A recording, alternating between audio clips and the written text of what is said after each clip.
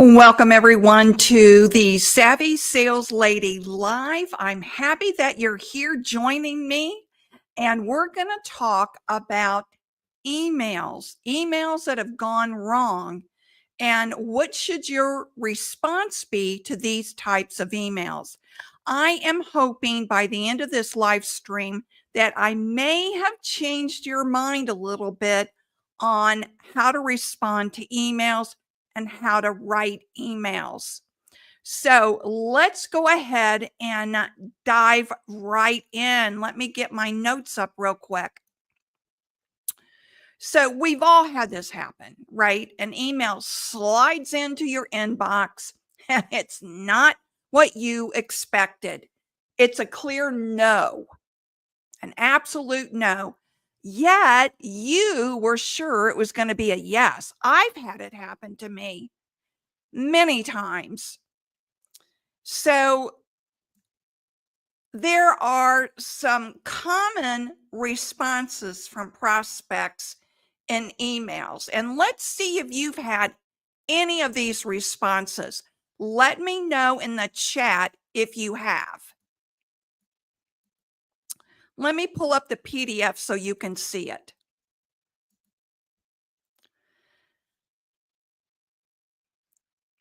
And I will get rid of this bumper so you can see it. So you've probably got an email that says, the timing isn't right, or we've decided to go in a different direction, or circle back in 6 months. Those are not the responses you expected. So let me tell you how I would address each one. So let's go back to the timing isn't right. How I would respond to this email is short and sweet.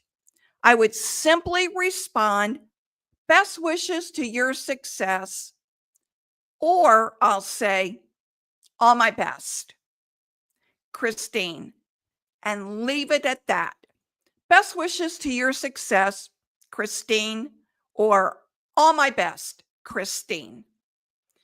The timing isn't right is an excuse. So what made the timing wrong? Right? That's the real question, because when they booked the appointment, the timing seemed right. So what changed? You'll never know. You'll never know. And it probably has something to do with money. So let's go to the next one. We decided to go in a different direction. All I say is, thanks for letting me know, Christine, or best wishes, Christine. That's all I say.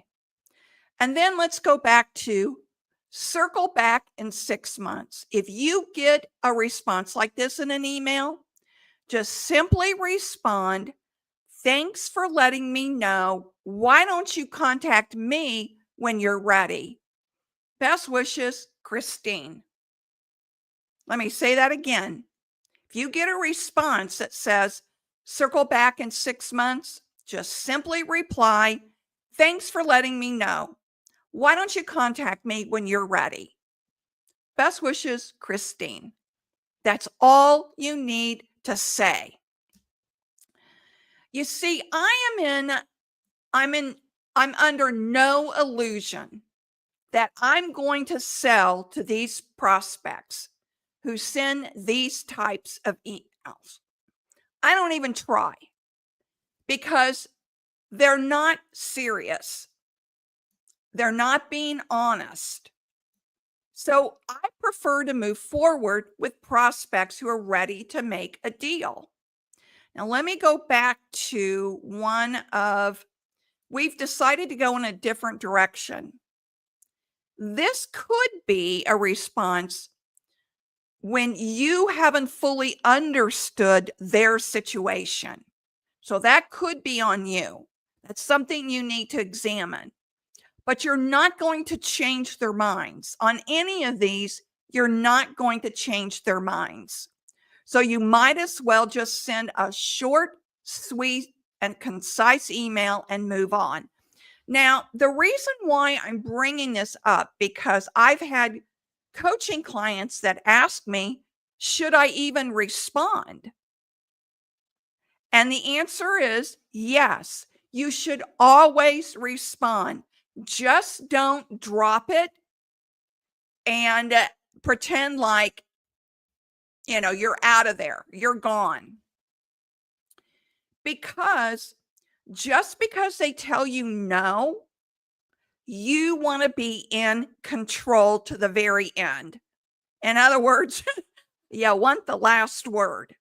And your last word should be respectful and short. Now, why?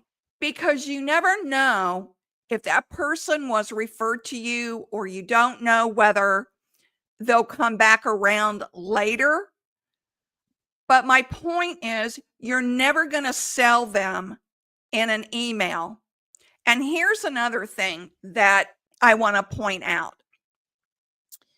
If you have had phone conversations with this person, with this prospect, if you've had meetings with this prospect and they don't have the courtesy to pick up the phone and call you and tell you that maybe the timing isn't right, or they've gone in a different direction, or circle back in 6 months, if they don't give you that common courtesy after you've spoken to them or met with them, either over the phone or virtually, why would you want to work with them when they took the easy way out by just saying no to you in an email?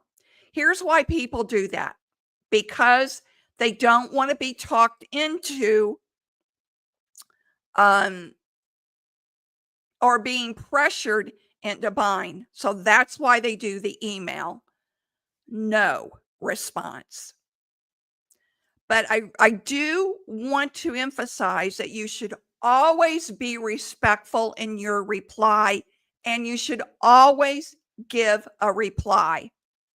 Okay? All right. I just prefer to move forward with prospects who are ready to make a deal instead of dwelling on the ones that give you these lame no emails. That's just me. All right.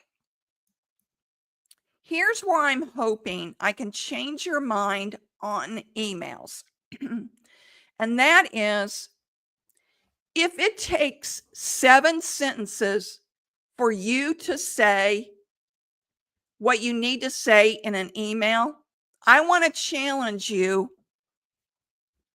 to break that down, eliminate unnecessary words, and get it condensed down into 2 sentences. Okay? Don't get wordy. And I'm going to give you some examples. Don't get wordy about this. Make your emails 2 sentences, I should say 2 paragraphs with 2 to 3 sentences, and that's it. Just don't make one paragraph 7 sentences and go on and on and on. So let me give you an example. If you say in an email, we have various solutions that can definitely solve your problems. That one sentence is 10 words. You don't need all of those words. Here's a concise sentence. Our solutions can solve your problems. That's 5 words. That's all you need to say. You don't need to go into, we have various solutions that can definitely solve your problems. No, that's too wordy. Our solutions can solve your problems. People love it when you're direct with them. Here's one other thing I want you to consider. CEOs don't write long emails. Did you know that? They do not write long emails. Leaders do not write long emails. Their emails are maybe 2 or 3 sentences at the most. They just get right down to business and they're very direct. Okay? So keep that in mind. So here is a template I want you to keep in mind. Whether you are talking to someone on the phone or you're sending an email, you want to say it with control. You're in control. You want to say it with confidence, and you say it to connect. If you go on my YouTube channel after this live stream, I did a short video today on how to use confidence in your words that you speak. And it's a really interesting exercise for you to watch and implement into your sales conversations, whether it's an email or whether it's on a phone call or in a meeting. So say it with control, say it with confidence, and say it to connect. Here's the thing about saying it with confidence. There are certain words, as I said in this video I uploaded earlier today, that when the prospect hears these certain words, they have confidence in you as a sales rep. So I encourage you to look that up. All right, so let's go to our next slide. And this is a pet peeve of mine, I got to tell you.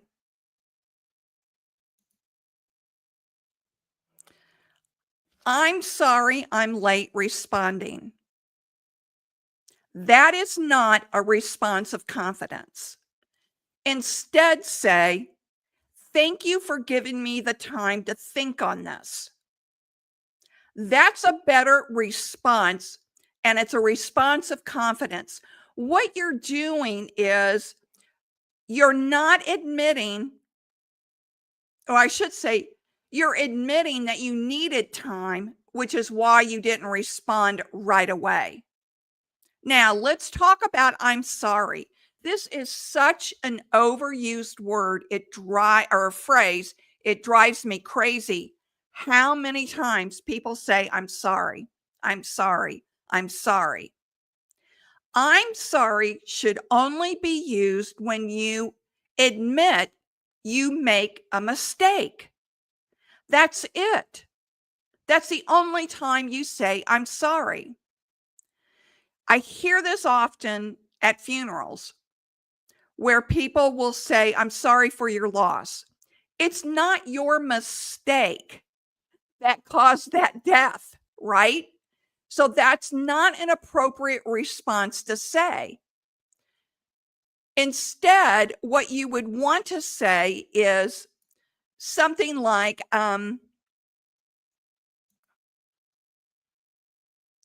my sincere condolences for your loss. My sincere condolences for your loss. That's really what you want to say. So do your best to eliminate I'm sorry from your business vocabulary. Even if a prospect, let's say that, and I teach this in my cold calling masterclass. If the prospect says to you, we had a fire at one of our locations and it just totally disrupted the entire production of our team. What do most people say? Oh, I'm sorry that happened to you.